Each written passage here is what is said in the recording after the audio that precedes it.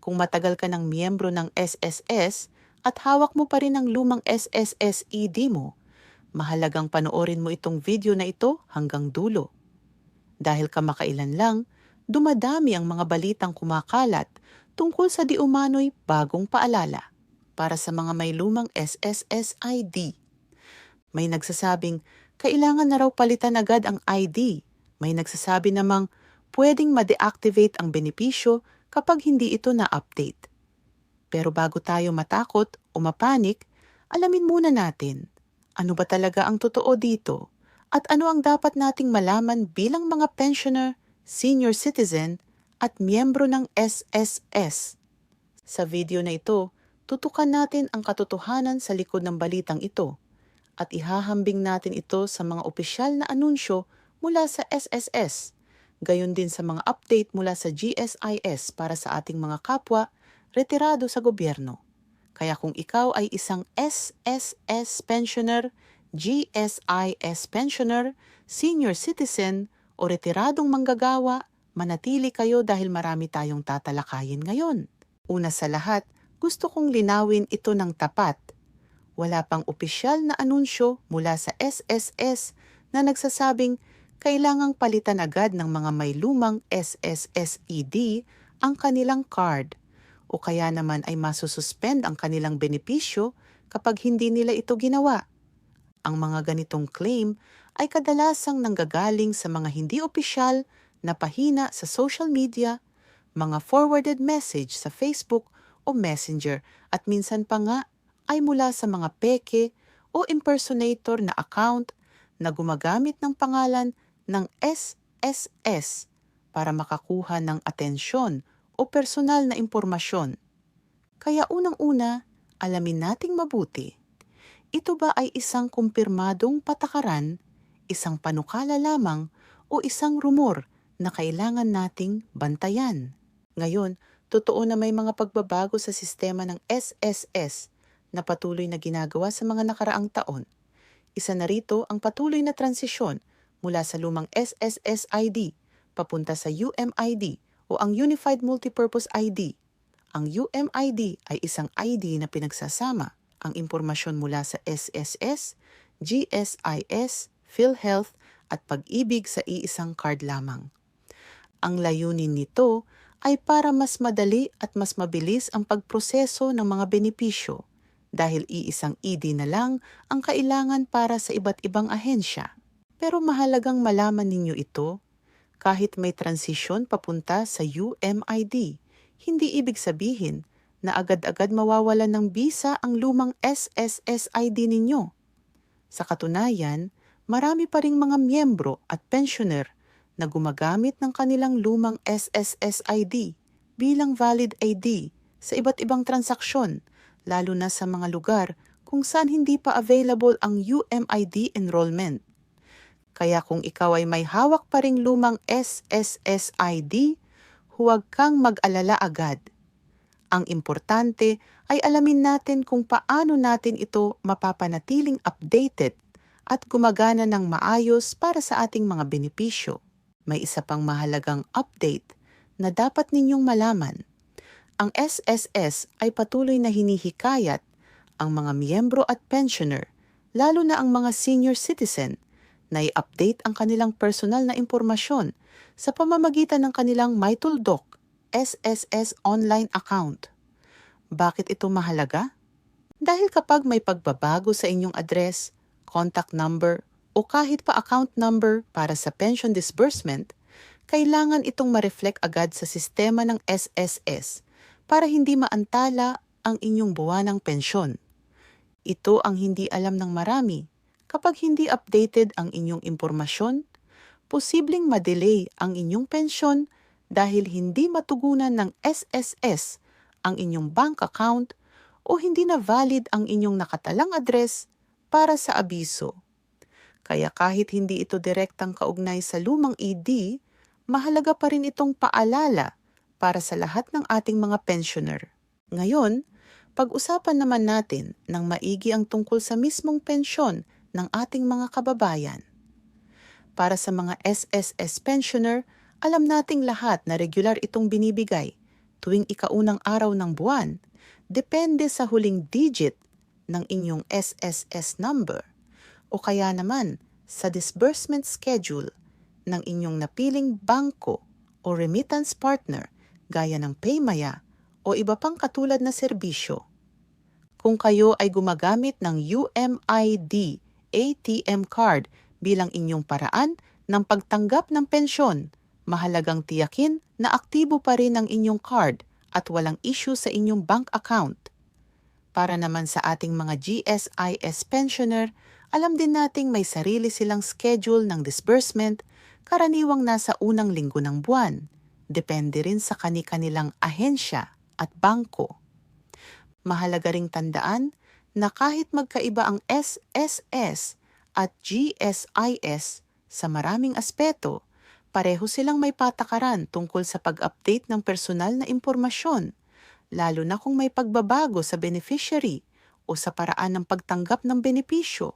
Pakinggan ninyo itong mabuti dahil ito ay napakahalagang paalala, lalo na para sa ating mga senior citizen na umaasa sa kanilang buwanang pensyon bilang pangunahing kabuhayan. Mayroong mga kaso kung saan na-delay ang pensyon dahil lamang sa hindi pagkakatugma ng pangalan sa bank account o kaya naman ay dahil sa expired na valid ID na ginamit noong nag-apply para sa pensyon. Kaya kung mayroon kayong balak palitan ang inyong ED, mas mainam na gawin ito ng maaga at huwag hihintayin ang huling sandali. Bukod dito, mayroon ding tinatalakay na panukalang batas sa Kongreso na may kinalaman sa karagdagang benepisyo para sa mga senior citizen at pensioner. Ngunit muli, mahalagang bigyang diin na ito ay isang panukala lamang, hindi pa ito isang kumpirmadong batas o programa. Maraming panukala ang isinusulong taon-taon, ngunit hindi lahat ng ito ay naaaprubahan o naipapatupad agad. Kaya kung may makarinig kayo ng balitang malaking dagdag sa pensyon o espesyal na ayuda para sa may lumang SSED, mag-ingat tayo at huwag agad maniwala hanggat walang opisyal na confirmation mula mismo sa SS o sa Malacanang. Ngayon, gusto kong ipaalala rin sa inyo ang tungkol sa mga scam na kadalasang tumatarget sa ating mga senior citizen at pensioner. Marami ng kaso kung saan may mga fraudster na nagpapanggap bilang opisyal na kinatawan ng SSS o GSIS, tumatawag o nagme-message sa mga pensioner, sinasabing kailangan daw nilang i-verify ang kanilang account sa pamamagitan ng pagbibigay ng personal na impormasyon tulad ng OTP, password o kahit detalye ng kanilang bank account. Huwag ninyong palampasin ito. Hinding-hindi hihingi ang SSS o GSIS ng inyong OTP, password o PIN sa pamamagitan ng tawag, text o social media message. Kapag may nakatanggap kayo ng ganitong uri ng mensahe, huwag kayong sasagot at agad itong i-report sa opisyal na SSS hotline o sa pinakamalapit na SSS branch. Mas mainam din na ipaalam ito sa inyong mga anak o apo na mas pamilyar sa teknolohiya para matulungan kayong suriin kung totoo ba ang ganitong mensahe. May mahalagang detalye pa tayong tatalakayin tungkol sa pag-renew o pag-update ng inyong SSSID o UMID. Kung kayo ay interesadong mag-apply para sa UMID bilang kapalit ng inyong lumang SSSID, kailangan ninyong dalhin ang mga sumusunod na requirements.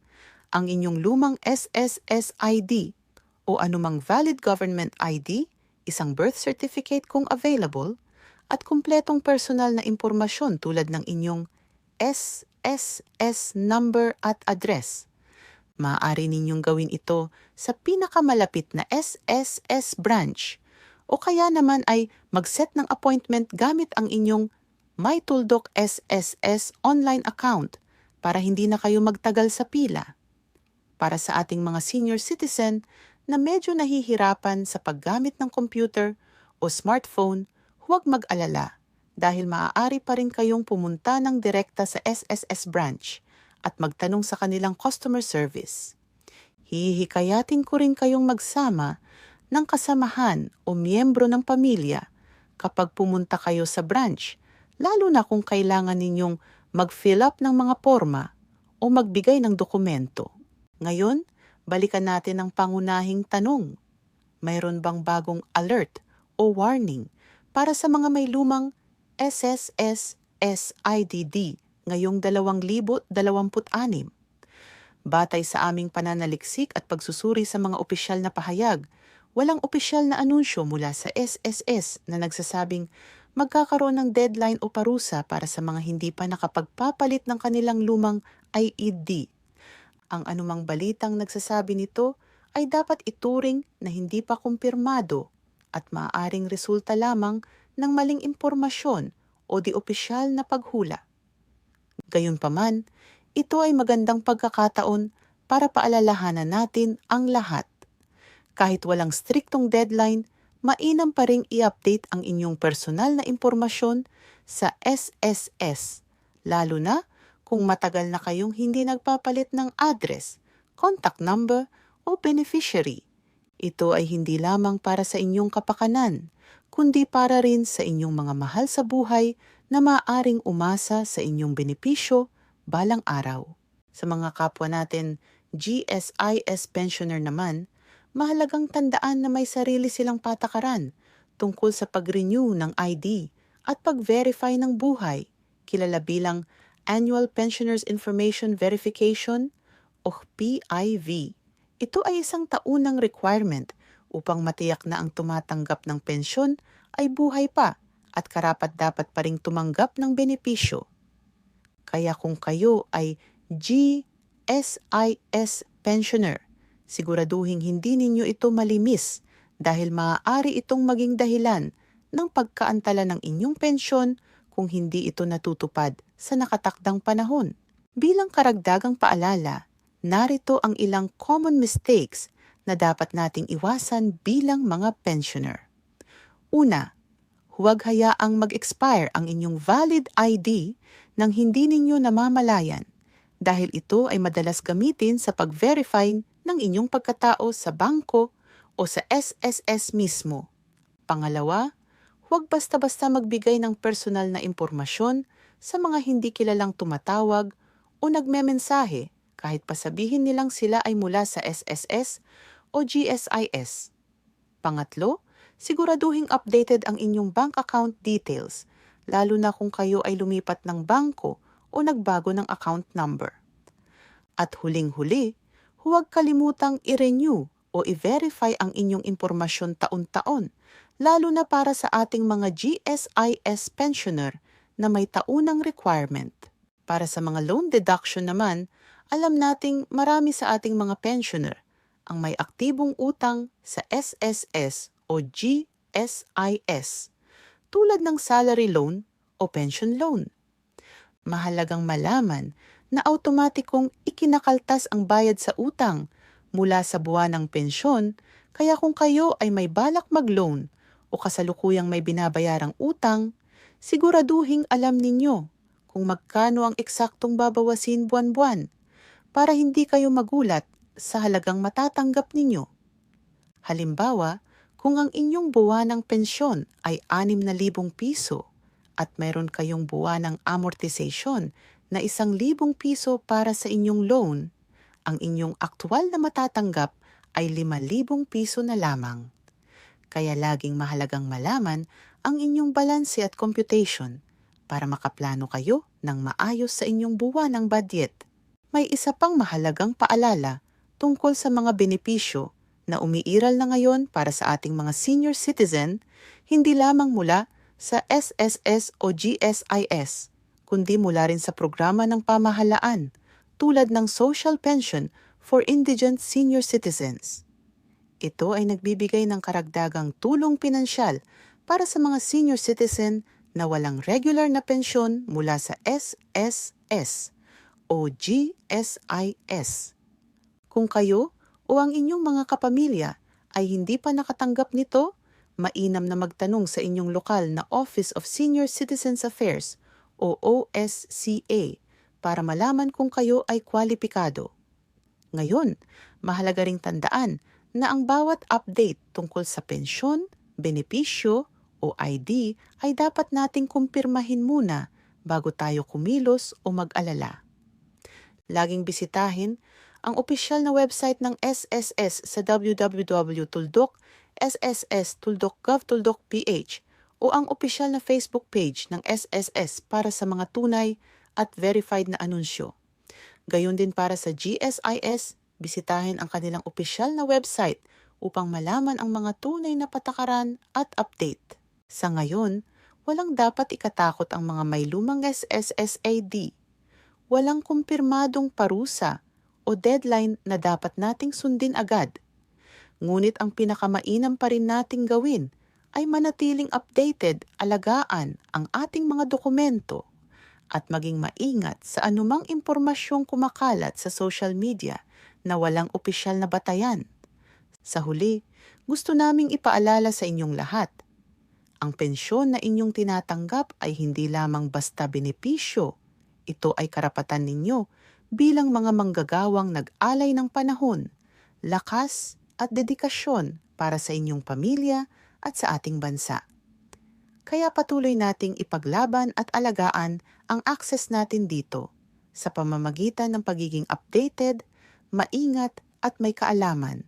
Kung kayo ay nakinabang sa video na ito, huwag kalimutang i-share ito sa inyong mga kapamilya, kaibigan o kapitbahay na maaaring SSS o GSIS pensioner din.